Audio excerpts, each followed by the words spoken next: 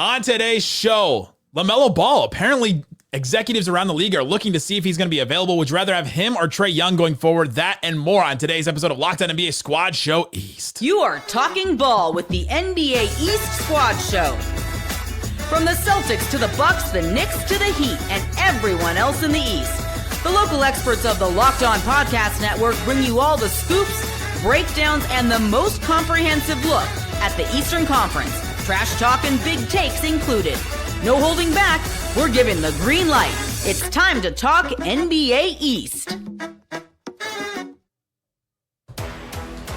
And welcome to the Locked On NBA Squad Show East. My name is Nick Angstead, host of the Locked On NBA podcast. This is the Squad Show where we take over the feed of your favorite Locked On show, and it's an open invite for any host to join, talk about pretty much anything involved in the NBA's Eastern Conference. Joining me today from Locked On Heat, Wes Goldberg, Locked On Pacers, Tony East, Locked On Magic, Philip Rossman-Reich, Locked On Pistons, Kuka Hill, and many others will probably join at a certain point. Gentlemen, we may go somewhere completely different by the end of this show, and I expect it. But let's start here. According to Michael Scotto of Hoops Hype, the availability of Hornets guard LaMelo Ball is one of the stars several executives who spoke with Hoops Hype will be monitoring on the trade market this summer after... I guess there was a big trade out west. I don't know. Is that something you guys are watching or monitoring? It's not something that is. Can you tell us more about that, Nick? Not something that's controlled my life for the last month or so. But now apparently it's open season, and so there's talks about Trae Young and there's talks on LaMelo Ball. If you were a GM in the Eastern Conference, would you rather have LaMelo Ball or Trae Young going forward? LaMelo. Can I take optional door C that doesn't exist in this? You taking abstain? My team, since the team that I cover is probably going to be at the center of all of those rumors. I would take LaMelo Ball, and it's not because some of it is because I think LaMelo Ball is a player who can work a little bit more off the ball. My concern with Trae Young has always been he's very heliocentric. Like, he has the ball in his hands a lot. I get it that Hawks team doesn't have a lot of other options, but it always felt like Trae Young works because he is Trae Young. He is the system. And LaMelo Ball, I feel like, is someone who has been the system in Charlotte, but can also fit around other players. On top of that, size matters. And I feel like defensively, if you're a team that's trying to compete in the playoffs, you can hide LaMelo Ball a lot easier on a bunch of different players, whereas Trae Young is very limited on who he can defend. And teams are going to target him endlessly no matter what you try to do in the games that ultimately matter. Can I counter with... Go for it. You cover the Orlando Magic. They could use an offensive system. I have seen them in person. Yeah, I mean, they definitely could, but they have two all-star level players in Paolo Banchero and Franz Wagner. They need the ball in their hands a lot. I'm not even sold LaMelo Ball would be a great player for them. They need an organizer. They don't need another guy that's going to have the ball a ton. They just need someone. They need anyone who can shoot and or want to score when they have it, without taking the ball out of Paolo and Franz's hands too much. The size thing is a good tiebreaker. Like, LaMelo's clearly good as a result of that, but like, he leads the league in usage. I don't think your assessment of their differences is kind of fair. To me, Trae Young's usage is high because he can set up his teammates better than LaMelo, and his range is like, I guess I'm the Trae Young defender of the East Squad Show, because when we did All-Star Snubs, I was the Trae Young guy. But I think that LaMelo is the answer because he's a little younger and he has the height, but I don't think that their true usage or what they're asked to do is that much different. They're both asked to have the ball a lot, take a lot of off the dribble threes, set up passes for their teammates. It just so happens that Trae Young has better play finishers on his team, so his numbers look a little better. His assist rate looks a little more palpable. But again, I agree with your answer. I would land on the same thing as you. The trouble that this conversation is going to get to is, like, especially after the Spurs got De'Aaron Fox, everybody who wants a point guard like has one, except for the Magic, right? Like, there's not even really two teams who are going to want these guys at some point, right? I would go with LaMelo. I don't think Charlotte will end up trading him either, but I would go with LaMelo. One because of the size, like you mentioned, Tony.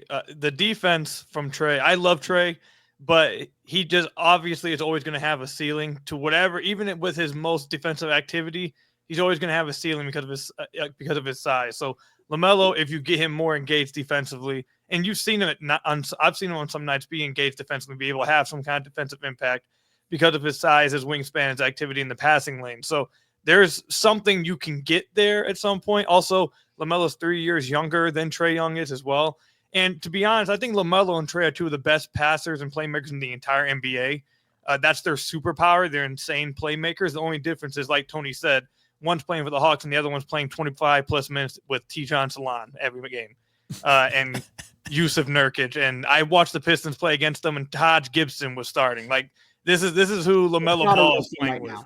Like, at the end of no matter what, you're taking a swing with one of these guys, right? You're hoping that whatever you get is going to be better than what they had been previously. So if you're taking the swing, take the biggest swing possible, trade for LaMelo. That would be the guy. He's 3 years younger. He's 23 years old.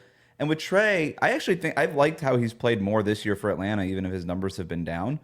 And he's showing to take steps in the right direction. But we've seen Trae Young in the Eastern Conference Finals. We know what it kind of looks like in the playoffs, and it's fine.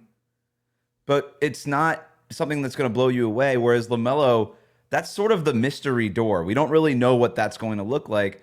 And if you're confident in your player development system and maybe the ecosystem that you have and the framework that you have in your organization, you've got to believe that, hey, if we can get LaMelo in here, he's one of the most talented players in the league. There's no question about that. I mean, his just sheer talent is off the charts. He's got this like ability to create magic that even Trae Young doesn't really have. And we already talked about his size. I think if you're going to take a swing, you might as well take the biggest swing possible. If LaMelo hits, this is a guy who could be one of the best point guards in the league. But if he doesn't, then it just sort of looks like it has in Charlotte. But to Kuz's point, like, it's not exactly like he's been playing with awesome teammates with the Hornets or great coaching staffs for most of his career or anything like that. So maybe you just bank on your own stability as an organization or whatever it is that you have, your own everything that you got going, and you say maybe he could just be better for us. It didn't work for them, but maybe it could work for us. But maybe. I also want to come to. I'll be the person on the podcast, and Hornets listeners, you'll love me for this. I want to come to the defense of LaMelo. LaMelo is pretty freaking good, like really good. If you watch him play, he is seriously really good. And the only critique I have over LaMelo, and I think a lot of it is more situation based with LaMelo. A lot of people talk about some of the shots he takes and some of the uses he has. I mean, earlier this season, he was playing pretty insane. Then the Hornets lost like 20 straight games or whatever it was without LaMelo in the lineup. Their record without LaMelo is crazy. He comes back, the team's not playing for anything. So when you're playing 30-plus minutes a night on a team that's not playing for anything, that has no one else on the floor that's going to do anything, he's going to treat it like a playground. And you get some fun plays out of that, but it may not always be equaling success. But it's not like they have any other direction to go when it comes to getting success. LaMelo's taken the team to the playoffs before. He has a superpower in his no play-in tournament. Has he not? Play-in tournament. Play-in tournament.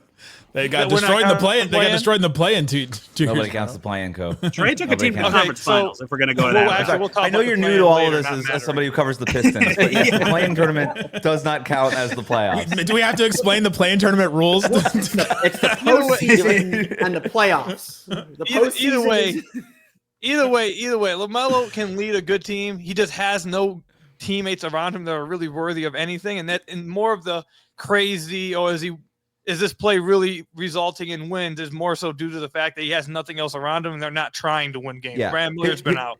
Mark Williams has been out. His shot selection sucks, but it has to suck, right? It does. To your point, he's not going to keep passing it to Tijan. No, it doesn't. No. I mean, no. Come on. To a degree, Tony. But look, here's the other part. He's posting part of the shot selection is because he can hit those shots. Like his gravity as a pull-up shooter is real. Like his gravity coming off screens as a pull-up three-point shooter because of the volume and his ability to hit some off 1 foot and create those open passing lanes because of the way he takes these shots. He has legit gravity with that. So if you have a good team around him and some players that actually matter, I'm not saying they're going to make the championship, but it's certainly a lot better than what it looks right now. It'll be interesting. Tijan Salon, everybody. It'll be interesting to see how he Why is Tijan Salon getting all the strays today? Where's the Nick Smith Jr. strays? John Corrales of Locked On Celtics. Suck, though. That's not John fair. Corrales of Locked On Celtics just joined in. Would you rather have Trae Young or LaMelo Ball going forward? Oh, jeez. Oh, John's gonna log off. He's like, "What am I doing?" threw his headset and left. He's like, "Give me Derek White." It'd be funny if that wasn't a green screen and he literally walked into the court. Like, don't ruin the magic, Nick. He's actually broadcasting from PD Garden. He just walked over and dunked. Just to get my frustrations out. LaMelo. Wow. Yeah, I'm just so out on Trae Young. So at least he's got the size, right? Like he's still young. Like, figure that, he's young enough where you can figure it out. He can go through his selfish phase, his highlight phase, all of that stuff, and then maybe with the right team, the right coach, the right situation, he can kind of come to grips with playing just a little bit more, just playing more within a framework and playing defense. And like he has a capability there. Trae is just, he's never going to be anything but a minus defender. And I don't see him as a winner. So I'll go with LaMelo. Nick, can I get one more word on this? Just to piggyback on John's point there. He is still young enough to kind of take that next step and prioritize some of the right things. And you do wonder, after posting the numbers that he posted this year and not getting any of the accolades, how that impacts him going forward. He might just be like, you know what, screw this. This wasn't any fun. I got as many shots as I wanted. I didn't get any of the accolades. I got none of the recognition that I think I deserve. I really want to try to take that next step and do some of the winning things. I'm not saying it's going to happen, but if it's going to happen, like, this is sort of the stuff that makes that kind of stuff happen. Doing the Nick, reverse. Final stat I want to say. Final stat. Everybody gets a final word. Koo, this is Final yours. stat. I just want to make this stat clear. The Hornets are My 1 final and word is me 21. shaking my head at you guys the whole time. The Hornets are 1 and 21 without LaMelo Ball this year. Yeah, not great. 1 and 21. They're 13. They're not that much better with him. LaMelo Ball, though. The Hawks are better with LaMelo Ball. without Trae Young. They're 1 and 21 without LaMelo. He's played without Brandon Miller. 13 and 24. Without Mark Williams Right. most of the year. Like, he has no one else. Like, come on. Dalton Connect would have fixed all of that, though. He wouldn't have fixed everything, but like, can we get NBA players in Charlotte instead of retired corpse and the brain of a 16-year-old in Salon on the team? Philip, your final word. I know I picked LaMelo, and I still would pick LaMelo, but I do think Trae Young, like was mentioned earlier, does deserve credit. I think he is trying to do the right thing. I think when most of us would look at this Hawks roster, especially after losing Jalen Johnson, we would have expected them to take a much bigger step back than they did, to a point where we would think Trae Young is available. I think that Trae is trying to do the winning things. And I think, to John's point, this is the ultimate question for a player like LaMelo is, what does he look like in a winning environment? Is he willing to sacrifice his personal stats to make the team better? That's something I think Trae Young is doing this year. Now, the ceiling of that Hawks team is probably the 8th seed, but I do think Trae, to his credit, is doing the things that lead to winning basketball, even if he is limited by what he is and who he is as a player. Coming up, we love to create accolades that these players can aspire to. We're going to create even more on the on the heels of the Oscars. Who's the best player, best supporting player, best actor, different than best player, best special effects, and more. We'll talk about that coming up. Today's episode of Locked On NBA Squad Show East is brought to you by DoorDash. If someone like Trae Young, who John thinks is a terrible basketball player and should not even probably be in the league, could get 50 points in a game potentially, and they do it in an NBA game, you can get a 50% off an order of DoorDash, up to $10 off if you have the Dash Pass. Get a membership right now, and you can take advantage of this deal. If any player, not just Trae Young, not just LaMelo Ball, anybody mentioned, not even just a player in the East, a player in general, we have to ask them if the play in tournament counts, because it doesn't count for stats. LeBron is asking that right now. You can take advantage of this. Sign up for a Dash Pass. Be ready to save. When any player scores 50 or more, Dash Pass members get 50% off an order the next day, up to $10 off. Use that promo code NBA50, the letters NBA, then the numbers 50, NBA50, from noon to midnight after a 50-point game on eligible orders at participating merchants. Must have an active Dash Pass account. Terms apply. Visit DoorDash to learn more. Thanks for hanging out with us on the Locked On NBA Squad Show East. We've got a bunch of hosts here, and we just saw the Oscars. We just saw, some awards get handed out. It's awards season, people say. Let's go through the Eastern Conference and let's make up some awards. So you guys can come up with awards, name awards. I want to start though with best lead player. So this is like best actor, what Adrian Brody won last night. But best lead player in the Eastern Conference goes to... Can I give it to Donovan Mitchell? John, can you give it to Donovan Mitchell? Nah. No, so here's... Can we give it to the Cavs or I'm not going to best player instead? I'm not going to just look at the stats and be like, in the records or whatever, and just be like, that's the best player. If we're doing best player in the East, it's Giannis, and then the conversation gets really boring. But in the spirit of the Oscars, I want story. I want storyline. I want drama. I want growth. And to me, that's Donovan Mitchell. he has grown as a player, right? This is the guy that we were just talking about, LaMelo and Trae Young, and he had way more playoff success than those guys, but it was always a lot of really impressive stats, didn't really result in winning at the highest level, all of these things, regular season, postseason, whatever it is. And he said, you know what, I'm going to take this step back for the betterment of the team. He re-signed with Cleveland, which nobody does. He's like, you know what, I kind of like this small town vibe. I don't need to take my story to New York or anything like that.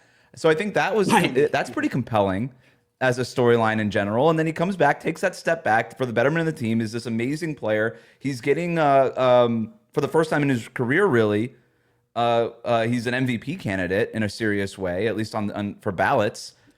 To me, it's Donovan Mitchell. It's the most compelling story in the Eastern Conference if you're looking for what these best players are going through. I would argue that Jayson Tatum is the guy. Because of, look, the Celtics have gone through their stuff. They've come out on the other side of it. I think he's so tough. So much stuff. So much stuff. Winning a gold medal and barely playing. Tough. Well, they had to be an okay team for a few weeks. You want a story like there's a guy that won a championship, had that whole thing happen in the Olympics. I think the Celtics are obviously right there with the Cavs. You got to go with one of the best players on the best teams. Donovan Mitchell is certainly a great choice, but I don't see why Jayson Tatum is consistently overlooked for things like this, but the numbers are there for him. He's getting even better. I think his passing has gotten incredibly better. He's up to 7 assists a game in February. I think he's seeing the game better, feeling the game better, manipulating the game in a way that he never really has. So I think, he's been the guy that has, when the Celtics have had guys in and out, he's the guy that you lean on to keep the defending champions right there in the second seed. So I think Jayson Tatum, certainly one of the nominees, I think that he has a strong case. All right.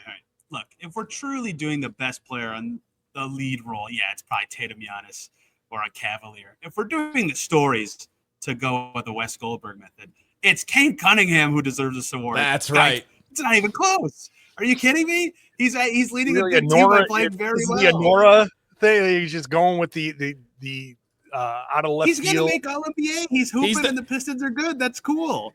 He's the Timothy Chalamet. He took a mediocre team and rose it up because of how good he was. But exactly, that's the point. It's one thing to be a great player in an ensemble. I'm following Wes's lead. I'm picking Cade here. I like that I like this idea of let's put the nominees together. So we got Donovan Mitchell, we got Tatum, we got Cade Cunningham. Giannis is in there because he's Giannis. But when you think about it this way too, it's one thing to be the lead actor in an ensemble when you have a lot of support. You have the best director. You have the money, the budget behind you. Yeah, Jayson Tatum isn't like The Departed. To stand above and be the anchor of the movie. Everything is on you. That's what the best actor is. The one that carries the film and makes the whole thing work. The Pistons are what they were last year without Cade Cunningham. Sorry, Koo. I think you might agree with that. Cade is their everything, their alpha, their omega. He makes everything go. And to see him from a storyline perspective, to see him put the injuries behind him, to put all the doubts behind him that they had about his efficiency, about his turnovers, about everything else, and to be what everyone imagined he was going to be as the number 1 pick out of Oklahoma State, that to me is the best performance of the season so far. Can I just say, can I eliminate Tatum? Koo was mentioned, debate style. If your team gets mentioned, you get to talk after. Oh, there it is. So I'll be the non-biased party here. I don't think Cade can win it, though. I love Cade, and he's been great. Wow. And he's you only get points from the Pistons fans right here. You can only. It's fine. I'm a very unbiased person. Giving him the best. That he's not the best player in the East. I understand the story stuff, but that's not what the award is. Look, the story stuff isn't enough to get him this award. I don't feel like. I feel like that's kind of insulting to Giannis. I feel like it has to be Giannis or Jayson Tatum. And I honestly want to give it to Tatum because you could kind of twist the story around for Tatum as well. He gets crapped on for just being good. He gets crapped on for being great. People laugh at him for making great plays. He got crapped on all offseason despite winning a championship. Despite winning a gold medal. Can I push back on that? No, he didn't. Nobody crapped on Tatum this summer. Everyone I Tatum know is the only one that said he got crapped on. All off season for not winning Finals MVP. Some people on Twitter He did. was. Nobody did. No. Twitter John, fans. Some former speak Celtics up. center John, probably did. John, how badly did Tatum get? Who came out and said Tatum's not a good player? Name one person. Yeah, who or said didn't put Tatum's him in the not a good top player. 10. No, I saw quite a bit of conversation about is he actually as good? I saw people on Fox Sports asking, is he better than Jaylen Brown? Is Jaylen Brown actually the best player? Yeah, because the Finals coach MVP of the question. he wasn't actually the best player. That's the thing. he That's won why the Eastern Conference and Finals MVP. The coach of the opposing team said he was the better player. MVPs. He should not have won. All the offense generates through Jayson Tatum, and because I guess he's corny and tries to be fun. He gets crapped on. Here's So why. I'm going Tatum. Before we hand it back off to John, This is not most here's aura. here's why Jayson Tatum gets eliminated from all these conversations. Is we already saw him in a feature film called The Starting Five, and he was easily the most boring player in that documentary. He's eliminated from all of this. Great player. Give him his flowers. Right here. That's it. This is it right here. This is why Tatum does get a fair amount of crap, because exactly what Wes said. He is boring. He does not stand out. Like Giannis has like a little something. He's got a personality and he's got a unique game, right? He's a uniquely built guy who just dunks on everybody. Everybody has like a little something. Like Donovan Mitchell has at least something. He's a smaller guy and doing this stuff and dunking on people the way he does. And the fourth quarter performances are amazing. So Tatum is businesslike. He is very much like boiled chicken and white rice. He's healthy. He's good for you. He'll get you all the vitamins. He'll everything that you need to be as healthy as you possibly can. But nobody wants to eat boiled chicken and white rice except for bodybuilders and people trying to get super healthy. But that's what you want on an NBA team. You want a guy who's going to make your team as healthy and as strong as possible, and that's Jayson Tatum. But he doesn't have that Anthony Edwards. When you talk about face of the game in that discussion, it's the big personalities. It's the guys who will, pop off every once in a while, and people will overlook the flaws because he's interesting to me, which is fine. The Celtics just won a championship. They're in line potentially to win another one. And Tatum has done nothing but make the playoffs, make the Eastern Conference Finals, make the finals twice, maybe a third time this year. His resume stacks up. He's right. He stacks up against just about anybody resume-wise. And he's the guy, like, if I had a daughter, I'd be like, here's Jayson Tatum, go, here's my credit card. Go have dinner. I hope you guys hit it off. He's like the guy you want your daughter Tatum to can marry. afford it, John. He's you don't have to give him your credit card. What I'm saying, like, he's the guy that you, That's the part of the story you didn't like. That's the part. No, like, that's like, he's like the guy you want to marry your daughter. He's a good guy, a good dad. He loves his mom. He's everything you would want in a person in a face of the league. Boring. Exactly. Jason, but people are like bored with that. I'm gonna push back on the idea that he's boring. I just watched. There's a highlight play that we scrubbed from Pistons. We scrubbed it from the Pistons fan base. We don't talk about it, but there is an erased highlight from the first quarter of their game where a certain player went flying because he crossed them up. We're not going to go too deep into it. And then I watched him a previous night two-hand dunk on a center off a pick and roll split. Like, this idea that Jayson Tatum is boring, again, people I don't know why they dislike Tatum. Tatum is highly. To your point, Q, the most interesting thing he's done is get crossed up by Cade Cunningham this season. That's probably his most viewed highlight this year, right? No, he crossed up Cade. Cade didn't cross him up. He crossed Cade up. It was a mutual cross. Star Thompson. Star Thompson crossed them up too, and those who get. Oh, the Yassar one. Sorry. Yeah. See, One reason to vote for Tatum though for to this. make fun of that than actually look at the he had other. Yeah, because that's the only way he's interesting. Jason, Coming up, we've got to get into best special effects, the team with the most smoke and mirrors that you don't believe in, and more. We'll do that more on the Squad Show coming up. Today's episode of Locked On NBA Squad Show East is brought to you by Open Phone. Running a small business means you're wearing a lot of hats. You're doing a lot of different things. You're Cade Cunningham. You have to be everything at all at once. Your personal phone becomes your business phone, and before you know it, you're juggling customer calls and personal calls and texts and all that stuff. And as your team grows, it becomes impossible to manage everything with just your personal number. That's where Open Phone comes in. It's the #1 business phone system designed to help keep your work and life separate. For just $15 a month, you get the complete transparency and visibility into everything happening with your business phone number. Open Phone works through an app on your phone and your computer and integrates tools like HubSpot and hundreds of others, uses AI-powered call transcripts and summaries, and it'll give you a rundown of your call to action at the end of a call, which is awesome. You're going to need that. Right now, OpenPhone is offering 20% off your first 6 months when you go to openphone.com/LockedOnNBA. OpenPhone, OpenPhone.com/LockedOnNBA. You get 20% off 6 months. That's a long time. OpenPhone.com/LockedOnNBA. If you have existing numbers with another service, OpenPhone will port them over at no extra charge.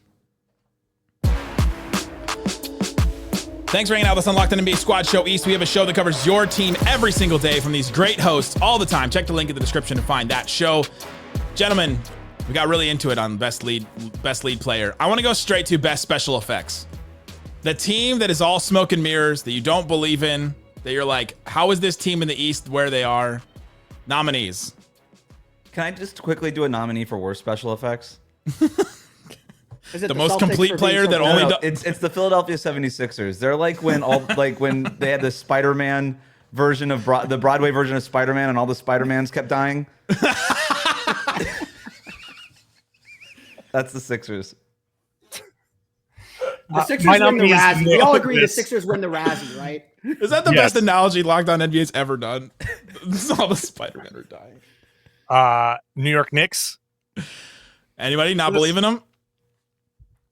I mean, I'll say this. I believe in them in that they are a good team, but not a championship level team. And some of that is they look great, but there's nothing really there. But like I also think like they're a victim of like New York expectations. Like it always takes a while to kind of figure yourself out when you make the kind of changes they made. And they made some loud moves and some loud changes. They are still a better team than I think they're still a better team than they were last year. I know they're going to be down in their seeding, but I think they're a better team and on a better path to a championship than they were with what they had last year. So, you know, they're a victim of studio rewrites and reshoots right before Brave they New go to World. air. Yeah, they're not Brave New World bad, but they're very much a victim of the rewrite process in the creative industry. The sequel will be much better than the original. Brave New World was a 2.5 out of 5, by the way, everyone. The problem the Knicks have is they're kind of in their own tier, which really hurts their like thought of everybody's like what everybody thinks of their level, right? They're clearly better than anyone not named Cleveland or Boston, right? And so it feels like every time they have a big win, everyone's like, "Oh, the Knicks," but like it's not an insult to say they're not as good as the Celtics or Cavs, but it's really painful when you trade a bunch of picks away and you get Cat and you get Bridges and you're still the third best team. So like every time they have a good win, it feels like a referendum on how good this new look team is. And like they have great players and Brunson's awesome in the clutch and Cat's going to make all NBA. And like, that's all great, but they're just not as good as the best two teams, which is fine. But that does make this conversation very easy to point the finger at them and say like, people view them as contenders often because they do have some nice wins. They do have some great players, but they're not as good as the top two teams. And that's just, it makes it so that they fall right into this. Okay. You can really put anybody 3 through 6 in this. I want to go back to the essence of the award. The team that's all smoke and mirrors that you don't believe in. The Knicks are like, okay, they are where they are. Maybe John doesn't believe in them, but how about the Bucks? I would put the Bucks in that. Like when they got Damian Lillard, we all thought they're a championship level team, and they're just not it. Like it's just not like we talked about earlier. Giannis is the best player in the Eastern Conference, and nobody is talking about them as a title threat. And they may not even get home court advantage. They may fall to 6. Like they're really just kind of continuing to go south. At the same time, the only like when we have these, who's realistic contenders, who's on the outer circle of the inner circle of the contender, you're almost like obligated to mention the Milwaukee Bucks solely because of Giannis. So he really is sort of the special effect. It's like, wow, you see what he's doing. And you're like, how could that team not win a championship? They've got that guy. They're like, so they are sort of. But I don't know. I don't know if I agree with the whole smoke and mirrors premise of this. Could I like Dune 2 won special effects? Like special effects are really cool. Like, are we just poo-pooing special effects? Like when they're done sick. Right. When Marvel does them, they're not good. No, but like Dune 2 and Wicked and all these things, like the special effects wowed people watching those movies. Like I love those movies because like every scene in Dune 2 is breathtaking. And so I'm going to nominate a new team for special effects, and it's John's Boston Celtics. Wow. I want to keep in mind, this is not me slamming the Celtics for once. He just changed. Yeah, I was going to say, really, Wes, this is like very on brand. What's more believable, that Wes would secretly say something bad about the Celtics, or that he would overtly say something positive about the Celtics? I can't believe this is just special effects. No. This is every single scene for the Boston Celtics looks exactly the same, but equally as breathtaking every time. It's the 3-point shooting, the possession to possession control of the game, the dominance. It's just like, yeah, that's what made Dune 2 so help them win that award, is because every scene was breathtaking and it was dramatically consistent throughout the film, throughout a 2.5-hour film or whatever it was, 3-hour film. Like, that's the Celtics for 2 years. Everything has looked exactly the same, but I mean that again in a good way, because they're doing it at such a high level. I know it sounds like I'm slamming it, and it's a backhanded compliment. Maybe it is a little bit, but that's right, Phil. I heard that, but that makes that is what the Celtics are winning there. What you're describing is cinematography. This is great cinematography from the Celtics. This is all practical stuff. They have shot it well. They've put a good cast together. It's but who wins best editing? Brad Stevens editing the roster and putting together a. See, John, this is again. We're trying to say the same thing here, and now you're getting me into movie jargon. But I'm trying to give you a compliment, and you won't take it. Because nothing sounds like a compliment when you're talking about the Celtics. That's very fair. That's very fair. I'll nominate a team for best smoke and mirrors. And that would be my team, the Orlando Magic, because in December they look like it didn't matter who was out.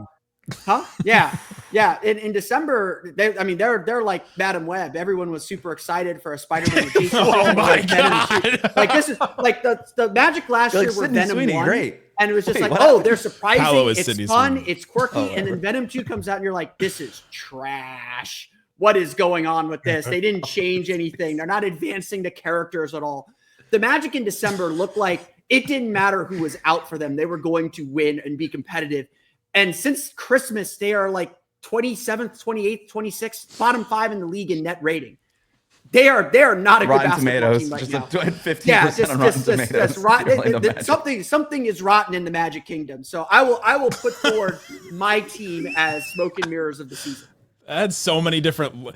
Listen to the squad show in which a host openly compares his own team to Madam Web.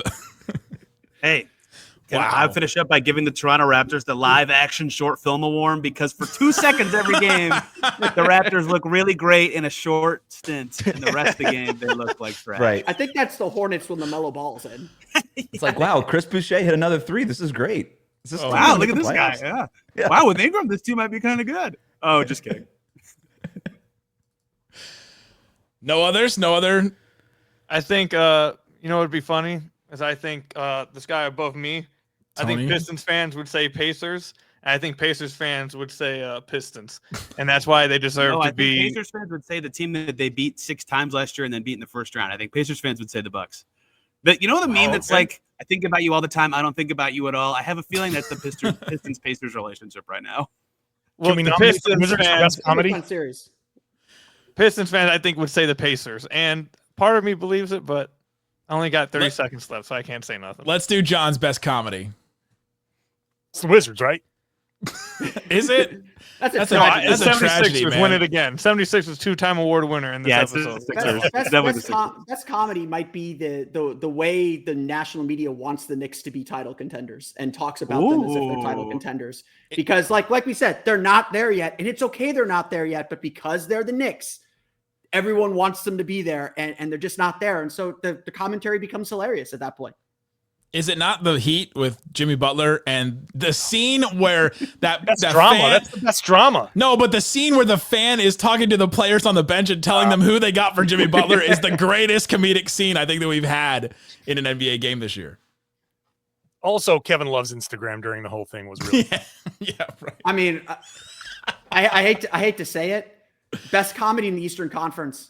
It's still the Mavericks trading Luka Doncic to the Lakers. Oh, okay. That's a great way to get us to end the show here, guys. Thanks for hanging out with us on Locked On NBA Squad Show. Go check out the show that covers your team. We've got all of them here. God dang it, Philip Rossman.